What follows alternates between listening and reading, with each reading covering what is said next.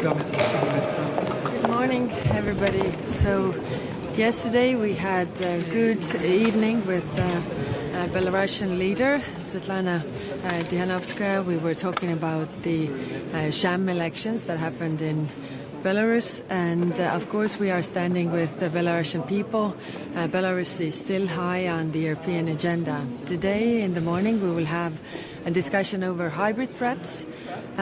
We see things happening in the Baltic Sea. We see hybrid action all around Europe. We need to raise awareness. We need to discuss what more can we do in order to avoid this. Then we have a discussion on Ukraine. I expect a decision to roll over the sanctions we have. Then, of course, it is good that we discuss what more can we do, putting pressure on Russia to end this war. It's also good that President Trump has put the pressure on Russia to say that it's in their hands to end this war. This is my video update on this Monday afternoon, January the 27th, coming to you from Limassol, Cyprus. Let's talk about some news, and let's start things off with what is going on between Trump, the United States, and Colombia. What an interesting scenario that happened yesterday. Deporting Colombians who, according to the Trump White House, were in the United States illegally, sending them back to Colombia, and then Colombia denying the plane or the transportation of citizens back to Colombian citizens back to Colombia who were in the United States illegally. They denied those citizens. They said to Trump, no, we're not going to take them. And then tariffs. That's right. Trump used the tariff weapon. He used the tariff weapon, and Colombia folded. And they sent a presidential plane to take the Colombian citizens from the United States back to Colombia. Colombia surrenders to Trump's demands. Bogota will dispatch a presidential plane to pick up migrants slated for deportation from the U.S. Bogota announced later on Sunday that Petro's presidential plane would be sent to pick up Colombian nationals slated for deportation. The government of Colombia, under the direction of President Gustavo Petro, has arranged for the presidential plane to facilitate the dignified return of Colombia nationals who were to arrive in the country today in morning hours, coming in from deportation flights, Petro's office said in a statement. U.S. suspends tariffs after Colombia backs down and agrees to deportation flights, according to the BBC. Tariffs. We have seen the tariff weapon being used and working. It worked. So Colombia said no to the deportation. Trump, from what I understand, said, I believe he said 25% tariff. Plus, he was going to sanction Colombian government officials. And then he said if the deportation flights were not allowed to go to Colombia, then those tariffs would double in a week. Something like that. He said something like that in a post, I believe, on Truth Social. And Colombia said, okay, we'll take back those citizens. We will accept them. And they sent the presidential plane. So a very, very controversial, but also very interesting scenario that happened yesterday. Trump balloon tested the tariff weapon, and it worked. Well, at least it worked with Colombia. So that's what happened yesterday. Let's talk about the elections in Belarus. Let's talk about what happened in Belarus. And Lukashenko won the elections with, I believe, 87% of the vote. And President Putin congratulated Lukashenko on the election victory. He will be president until 2030. That is when we will have the next elections. And he also announced that he will be getting an Oreshnik missile, or a couple of Oreshniks. He won the elections, and in a couple of days, those Oreshniks will be coming, just to make sure that the EU, they don't get any creative ideas to perhaps start some trouble in Belarus. He's now got the Oreshniks in a couple of days. So Putin congratulated Lukashenko. Oreshniks are on the way. And Lukashenko said some very interesting things in a press conference that he gave the other day to media, including to the footprints of someone walking their dog in Limassol, Cyprus. I'm doing some detective work. The dog was walking, and then I don't know what happened. Footprints just kind of stop. Anyway, Western media was allowed at this press conference, including the BBC, which is something you don't see in press conferences from collective West leaders. They do not allow the Russian media at these press conferences asking questions, but Lukashenko, he allowed Western media at this press conference, which was really long, very long press conference, and he answered all the questions, and boy, did he come up with some very creative, very interesting statements. Very interesting statements. He actually said during the press conference that it would be in the best interests of Ukraine or the conflict in Ukraine, if instead of all this talk about European peacekeepers, we would have Belarusian peacekeepers, which I find to be a very good idea. It makes sense. Why not have? I don't know where I am, by the way. I mean, I know where I am, but, I was driving and I saw all of these orange trees right here. And I said, wow, look at all of these orange trees. All of this will be built into something, I imagine. Anyway, he said Belarusian peacekeepers. Why not? Makes sense, doesn't it? They speak the language.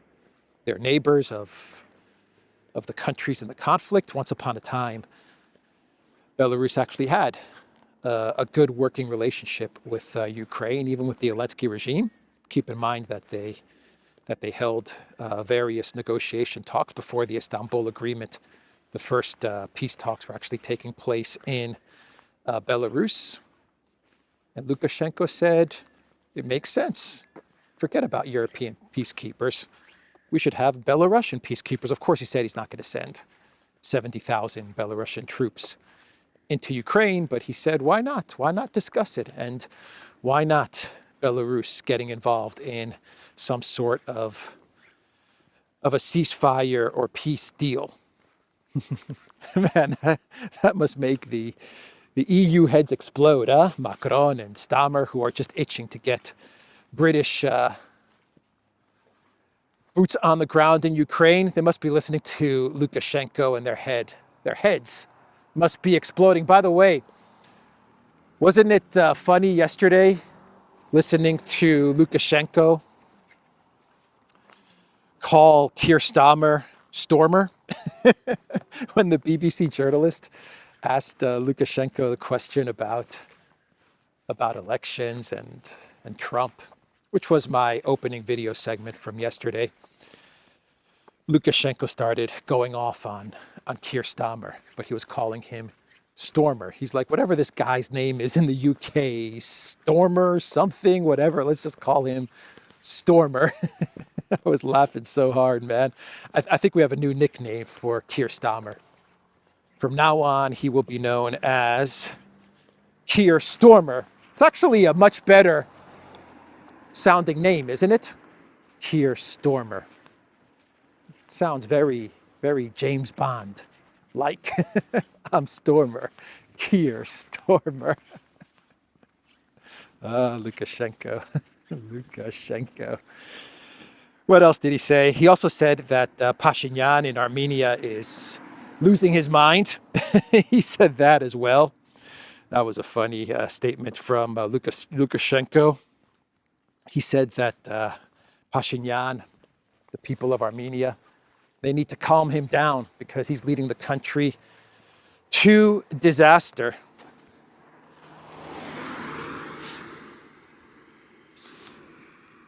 It's an orange. Looks like an orange. So that was an interesting statement on Pashinyan. Actually, he said, according to Lukashenko, seeking favor from faraway nations and alienating neighbors is a mistake on Yerevan's part. He, Pashinyan, has a problem in the east and a problem in the west. Now he is pitting Russia against himself as well, the Belarusian president said, adding that the Armenian prime minister has surrounded himself with enemies and the EU would hardly be able to aid him in any way. Yeah, he's talking about Pashinyan's drift to the European Union, to the United States, to NATO. I mean, the whole collective West structure, architecture. Pashinyan is actively moving Armenia towards that. And you know, Azerbaijan is just waiting right there for Pashinyan to continue to make those mistakes, and Azerbaijan is going to capitalize on those mistakes, make no doubt about it. So Lukashenko has given his warning to Pashinyan. Belarus, the other day, they released a U.S. prisoner, someone that they had in a prison in Belarus, a U.S. citizen. They released this person. I had no idea about this, by the way, but Rubio put out a tweet saying, thanks to POTUS's leadership, Belarus just unilaterally released an innocent American, Anastasia Neufer, who was taken under Joe Biden. At Chris Webley Smith from our team did a great job on this, peace through strength. I have no idea about this story. I don't understand. I don't know anything about the circumstances or anything like that. I just thought it was interesting that right before the elections, Lukashenko released this American citizen. Maybe a signal that Lukashenko is also ready to work with the Trump administration. Why not go to Trump and just tell him, hey, Trump, you want peacekeepers in Ukraine? Belarus will help out. We will help out. Keir Starmer will be very upset, that Keir Starmer. Poor Keir Starmer. So the European Union, always concerned and consumed with everything about Russia, they and Belarus, because of Belarus's friendly relationship with Russia, they were ready to put out a statement unanimously voted on by all EU member states, and they were going to put out a statement condemning the elections in Belarus as a sham. Kaya Kallas was all excited and all happy. It's a sham, and we're going to put out a unanimous statement from all EU member states calling it a sham. And then Viktor Orban said no, not so fast. That's right. Hungary blocks EU statement condemning Belarus election as undemocratic. Without support from all 27 EU countries, EU chief diplomat Kaya Kallas, stunning and brave, issued a statement saying the January 26 election in Belarus was neither free nor fair. That's right. The Belarus election was not free and not fair, unlike the Romanian election, which was free and fairly canceled. It was free and fairly canceled because of TikTok. Yes, that's Kaja Kallas. So green. Look at all the green everywhere. And the beach is not too far off. Beach is that way, right? Yeah, actually that way, yeah. Interesting location. Limassol, full of surprises. So let's stay with Hungary. And Rubio spoke with, fix this a bit, spoke with Peter Szijjártó, the foreign minister of Hungary. And did you guys know that the Biden White House placed sanctions on Hungary? Yeah, they placed a couple of sanctions on Hungary to punish Hungary because Hungary was not 100% in line with the Biden EU globalist cause. And so they decided to punish Hungary and they placed sanctions on Hungary. And Szijjártó spoke with Rubio, and it looks like those sanctions will soon be lifted, which is good news if you're Hungary. By the way, Hungary has, according to Politico, has given the green light to extend EU sanctions against Russia. No surprise here. I talked about this a couple of days ago, and I said in a video update that because of Trump's recent statements about sanctions, tariffs, taxes, sanctions, big tariff, taxes, sanctions on Russia, because of those statements, it put Orban's blocking of the extension of EU sanctions against Russia in a bit of jeopardy. And I said in a video update that most likely Orban's going to have to back off given Trump's statements from 2-3 days ago. And that is exactly what has happened. And Orban has given now the green light to renew, to roll over the EU sanctions on Russia, which do nothing but help the Russian economy. Let's continue to walk. See what else we find around here. So that's an update there. On the front lines, we got the official announcement from the Russian Ministry of Defense that Velyka Novosilka has indeed been captured by the Russian military. Kiev loses its last stronghold in southern Donbass. The strategic town of Velyka Novosilka in the Donetsk People's Republic has been liberated, the military has said. This is coming from the Russian Ministry of Defense, but Ukraine sources also confirm this. This was indeed the last big stronghold in the southern Donbass.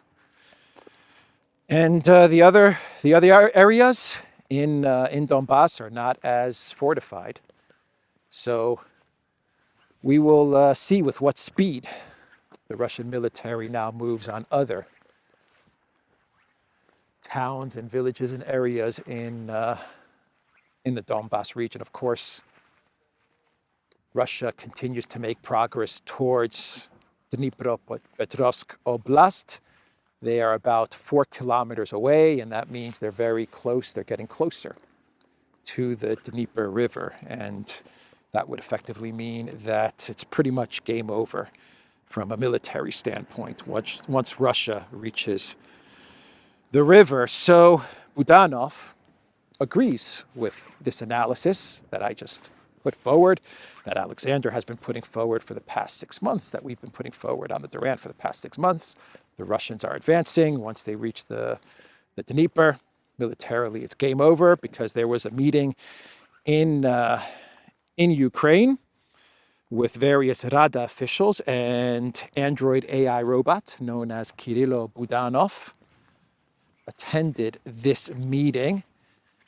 And he said that if there are no negotiations by the summertime, then the existence of Ukraine is in jeopardy. That is what he said.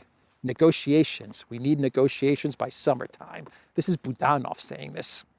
This is freaking Budanov. Amazing, huh?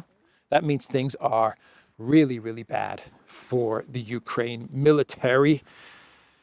Let's see, this was stated by the head of Ukraine military intelligence, Kirill Budanov, according to Ukrainian Pravda citing sources. According to them, a closed meeting took place in the Rada where Budanov voiced his prophecies. At first, there was a lot of talk, complicated by very interesting by the representatives of the general staff. Then there were various other reports, but what stood out most was Budanov's response. Someone asked him how much time they had left, and Kirillo, with his cold smile, replied, "If serious negotiations do not take place before summer, then very dangerous processes may start that threaten the very existence of Ukraine." So Zelensky's firing the commanders in Donbass, in Pakrovsk, because of all the Russian advances.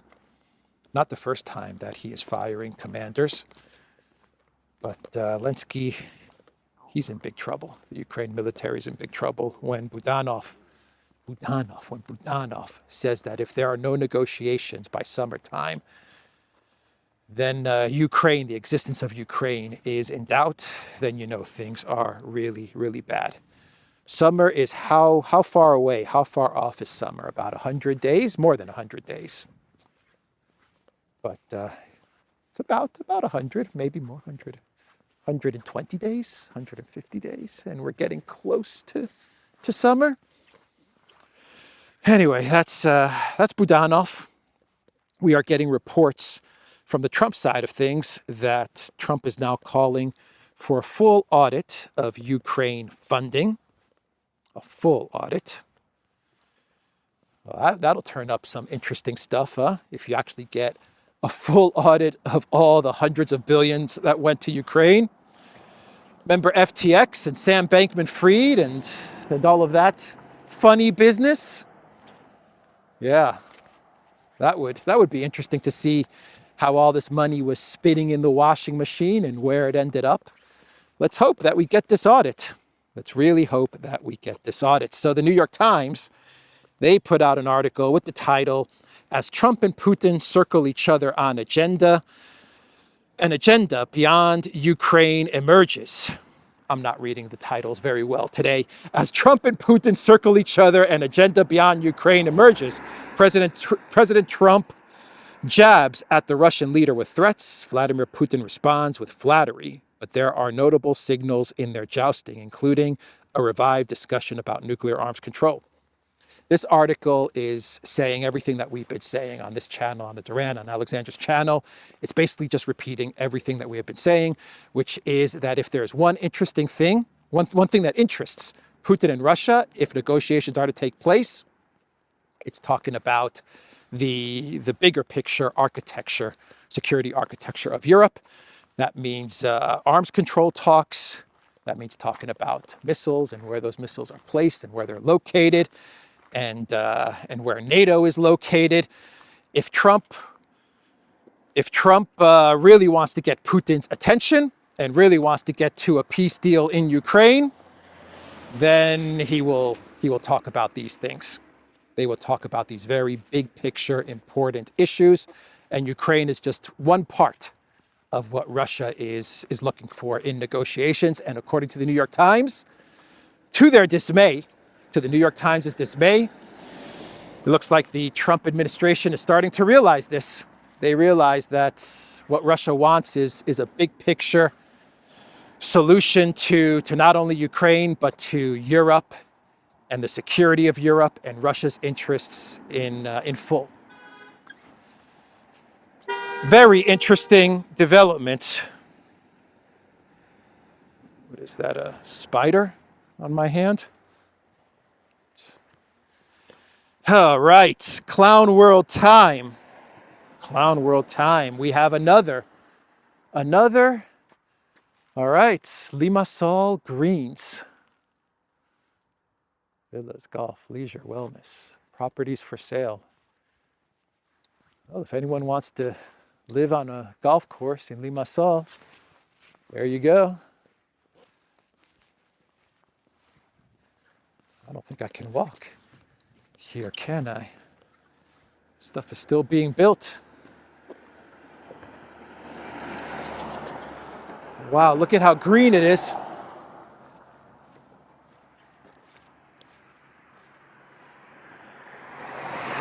Oh, there's no walking. There is no walking.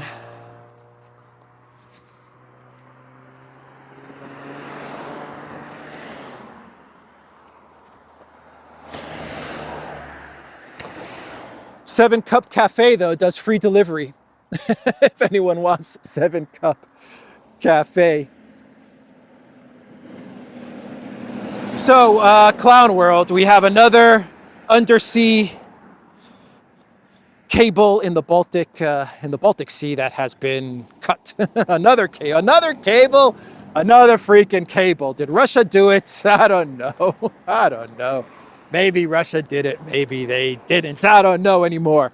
NATO nation probes new Baltic cable sabotage. Sweden has detained an unnamed vessel following damage to undersea infrastructure linking the country to Latvia. So a cable from Sweden to Latvia, from what I understand, was cut by a vessel. Now, a week ago, or 2 weeks ago, the Washington Post ran an article saying that all of the blame on Russia for the cable cuts is bogus, nonsense, fake news. Europe, EU, NATO, perhaps trying to get the US's attention, trying to get NATO to agree to turning the Baltic Sea into a NATO lake. That's why they keep on going on and on about Russia cutting cables. Is that what was going on? Is that what is going on? Is this a reply to the Washington Post article saying not so fast? You say Russia didn't do it. Well, we have another cable that's been cut. I don't know.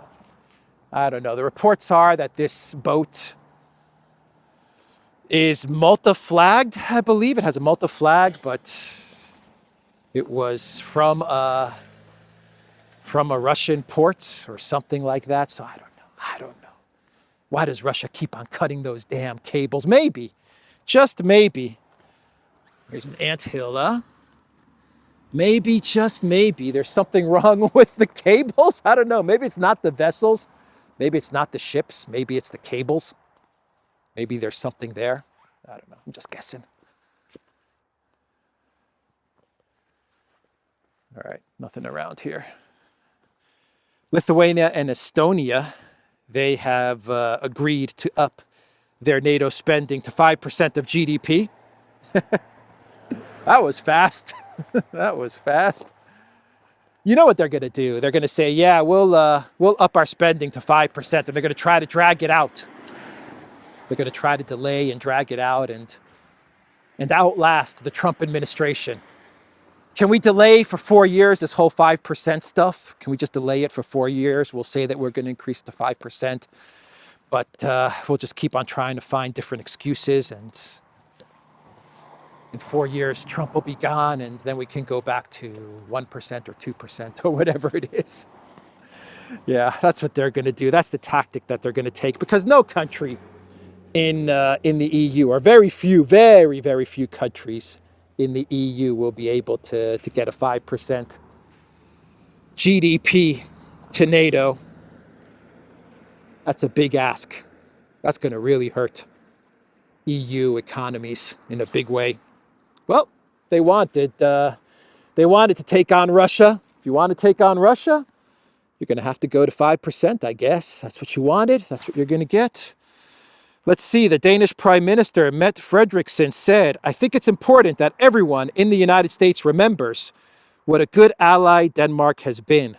This is not only true now in relation to the Russian push into Europe. We have also been that historically. There are no friends in this, Denmark. There are no friends. There are interests. And one administration has certain interests. That administration leaves, and the new administration, well, they may have different interests. There are no friends in all of this. I find this statement from Denmark, from the Prime Minister of Denmark, to be very, very disingenuous, I guess is the right word. because Denmark wasn't acting as a friend. The European Union was not acting as a friend to the United States. They were vassals of the Biden administration. Biden had an idea. His idea was to finally do what I imagine Hillary Clinton was going to do if she was going to be president. But that idea was to finally get a regime change in Russia, to finally push for a regime change in Russia, to finally push to remove the Putin, to then dismember the Russian Federation. And everyone that went along with the Biden White House, with the United States on this brilliant idea, they would reap the rewards, all the riches and resources that Russia has to offer. They would get first dibs. So basically, all of the countries that went along with Biden, they were just vultures.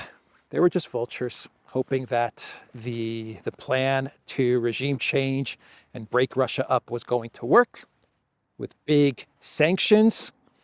It didn't work, but they were waiting. They were waiting so they can get a little nibble at the carcass. It wasn't about allies. It wasn't about friendship. This was about opportunity and money and resources. That's what this was about, and power. Anyway, that's the kind of a clown. I don't even know, is that even a clown world? I don't know if that's a clown world. Anyway, I think I will leave it there. Anyone check out DeepSeek, the AI assistant from China, which is making all the news. Chinese DeepSeek AI surpasses ChatGPT and now tops Apple's free app download rankings in the United States. The ODYSEE letter posts, let us get this straight. DeepSeek was built in under 2 months for less than $10 million and is now the number one on the App Store. On top of this, it was built with outdated chips and a small team of under 200 people. Meanwhile, the U.S. is pouring $500 billion into AI. How is the NASDAQ not in trouble here? Interesting post. Interesting post. Interesting app. Interesting AI app. I downloaded it and checked it out, and it's pretty impressive, I must admit. China has the number one social media apps. They now have the number one AI app. Out of nowhere, it seems. It seems like this was out of nowhere. DeepSeek, bam, number one, beating out ChatGPT. Less than 200 people involved in this, huh? Amazing. Anyway, that's the video, everybody. TheDuran.locals.com. We are on Rumble, ODYSEE, BitChute, Telegram, Rockfin, and X. Go to the Duran shop, pick up some merch like what I'm wearing in this video update. Here we go. Long sleeve t-shirt, bomber jacket. I'm out of here. I need to get back to the city center and get a coffee. Take care.